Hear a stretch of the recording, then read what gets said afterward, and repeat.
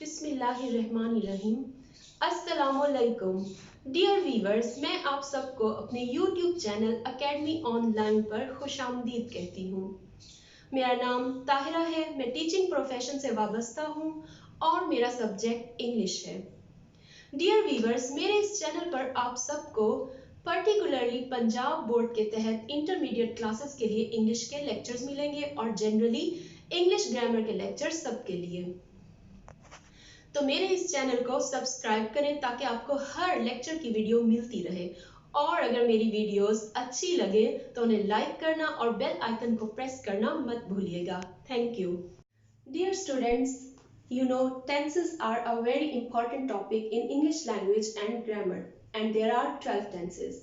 Let us start with our tense number 1, that is present indefinite tense.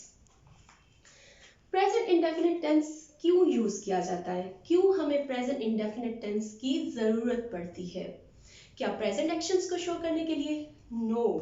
क्या ऐसे actions को show करने के लिए जो इसी वक्त टेक प्लेस हो रही है? No, that is present continuous tense, जो आप नेक्स्ट वीडियो में देखेंगे। Present indefinite tense present actions को शो नहीं करता। किन एक्शंस को शो करता है? पहले हम एग्जांपल्स देखते हैं।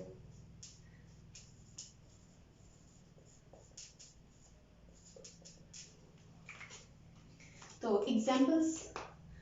example number 1, the sun rises in the east. She takes tea in the evening. I always speak the truth. They play cricket. तो स्टूडेंट्स देखें, the sun rises in the east, it does not mean कि right now sun east से rise हो रहा है, सूरज तलू हो रहा है। It's but we know this thing कि कल भी सूरज मशरिक से तलू हुआ था, आज भी सूरज मशरिक से तलू हुआ है और कल भी सूरज मशरिक से तलू होगा। It means that it is a universal truth. तो present indefinite tense universal truths को शो करता है। उसके बाद she takes tea in the evening, हम कह सकते हैं कि इट इज हर रूटीन कि वो डेली शाम में चाय पीती है। तो प्रेजेंट इंडेफिनिट टेंस रूटीन्स को शो करता है। I always speak the truth, they play cricket, यानी उनकी हैबिट है कि वो क्रिकेट खेलते हैं, उनकी रूटीन है। तो हम कह सकते हैं कि present indefinite tense is used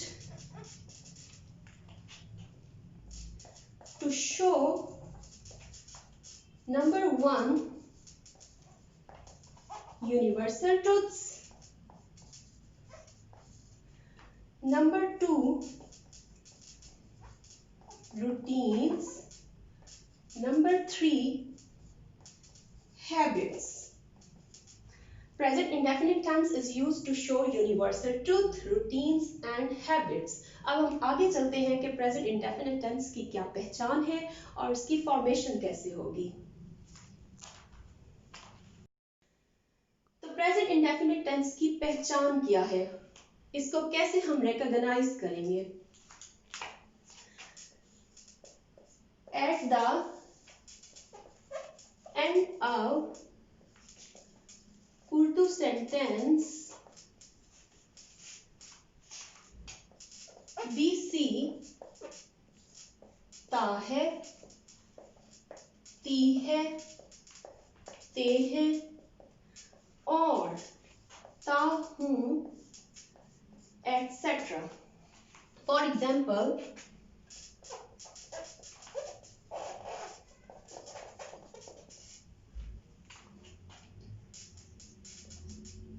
सूरज मशरिक से तलू होता है, मैं हमेशा सच बोलती हूँ। See these two sentences, दोनों ही sentences के लास्ट में ता है या ती हूँ आ रहा है। It means that कि उर्दू sentences हर वो सेंटेंस जिसके लास्ट में ता है या ती है या ते हूँ वगैरह आएगा, वो सेंटेंस प्रेजेंट इंडेफिनिट टेंस का ही होगा। आफ्टर दिस हम देखेंगे कि यू नो दैट कि मोस्टली आप लोगों के एग्जाम्स में यही होता है कि उर्दू सेंटेंसेस दिए होते हैं और यू हैव टू ट्रांसलेट दो सेंटेंसेस इनटू इंग्लिश। तो हम देखते हैं कि इंग्लिश में जब हम ट्रांसलेट करने लगेंगे तो हमें कौन कौन से रूल्स को फॉलो करना होगा। डियर स्टूडेंट्स, जैसा कि आप जानते हैं इंग्लिश में कोई भी सेंटेंस हो उसका फॉर्मूला यही होता है कि first of all we use subject, then verb and then object. ये एक सिंपल सेंटेंस का स्ट्रक्चर है। तो प्रेजेंट इंडेफिनिट टेंस में भी ऐसा ही है। तो इसकी जो फॉर्मेशन के रूल्स है मैं आपको बता दूं। फर्स्ट ऑफ ऑल सब्जेक्ट, अब सब्जेक्ट यहाँ पर मैं राइट कर रही हूँ he, she, it, any singular name।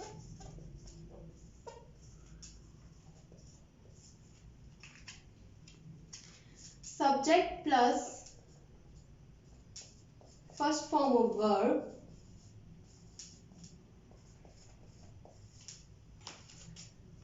plus s or es plus object। For example, she takes tea in the evening।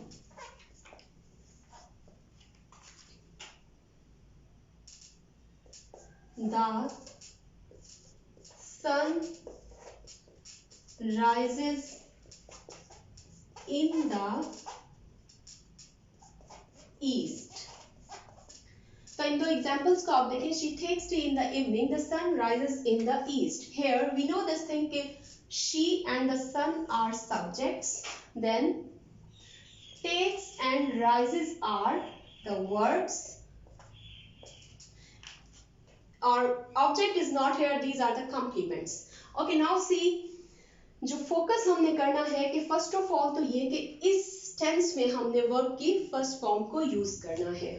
Second thing जो हमने याद रखनी है कि अगर हमारे सब्जेक्ट्स ही, शी, इट या कोई सिंगुलर नेम होंगे, जैसे कि यहाँ शी है और सन सिंगुलर नेम है, एक चीज है, ठीक है। तो जब हमारे ये सब्जेक्ट्स होंगे तो हमने जो काम करना है वो ये है कि वर्ब की फर्स्ट फॉर्म के साथ एस या ई एस का इजाफा करना है।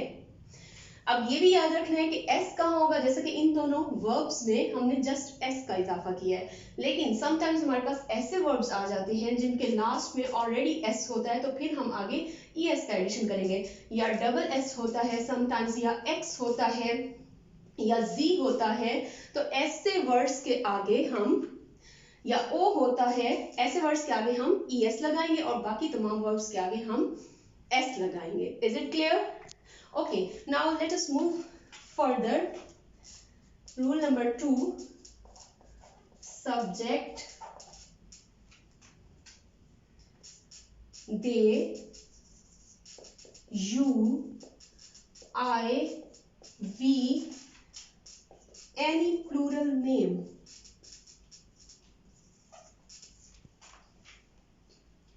plus first form of verb plus object. For examples, they play cricket, I always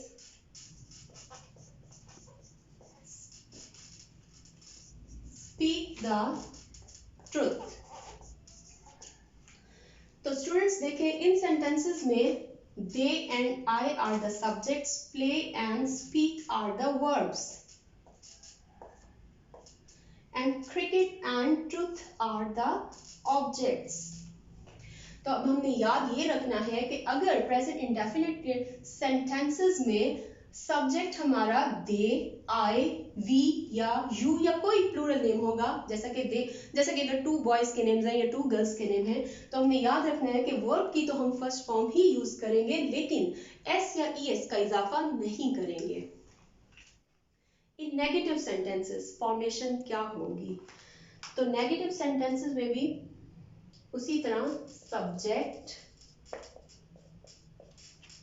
plus do और does plus not plus first form of verb plus object. तो negative sentences में जैसा कि आप जानते हैं हमें नॉट को ऐड करना होता है, लेकिन नॉट के साथ हम एक हेल्पिंग वर्ब भी ऐड करेंगे, वो या तो डू होगा या डज होगा। अब यहाँ ये देखना है कि डज कहाँ आएगा और डू कहाँ आएगा। तो इसका रूल बिल्कुल वही है जैसा कि हमने पॉजिटिव सेंटेंसेस में देखा कि जहाँ जहाँ जिस सब्जेक्ट के साथ हम ES का इजाफा कर रहे थे या S का इजाफा कर रहे थे, तो यहाँ उसी सब्जेक्ट के साथ हम डज ऐड करेंगे, लेकिन वर्ब की फर्स्ट फॉर्म के साथ फिर हम S या ES नहीं लगाएंगे। और इसी तरह वो सब्जेक्ट्स जिनके साथ हमने S या ES नहीं लगाया था पॉजिटिव सेंटेंसेस में, तो उन्हीं सब्जेक्ट्स के साथ हम डू ऐड करेंगे। For example, they do not play cricket, I do not tell a lie, she does not take tea। See the students के यहाँ दे और आई के साथ हमने डू ऐड किया है और शी के साथ डज ऐड किया है। वर्ब की फर्स्ट फॉर्म में हर जगह और नॉट ऑफ कोर्स आएगा। आफ्टर दिस लेट अस सी कि इंट्रोगेटिव सेंटेंसेस में क्या होगा।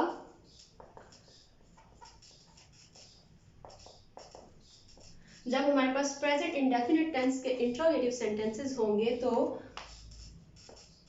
इन interrogative sentences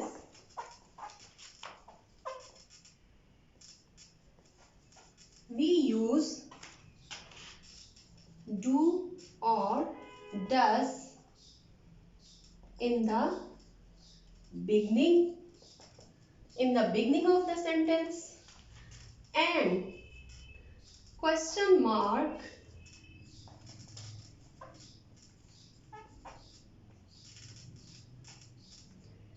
and a question mark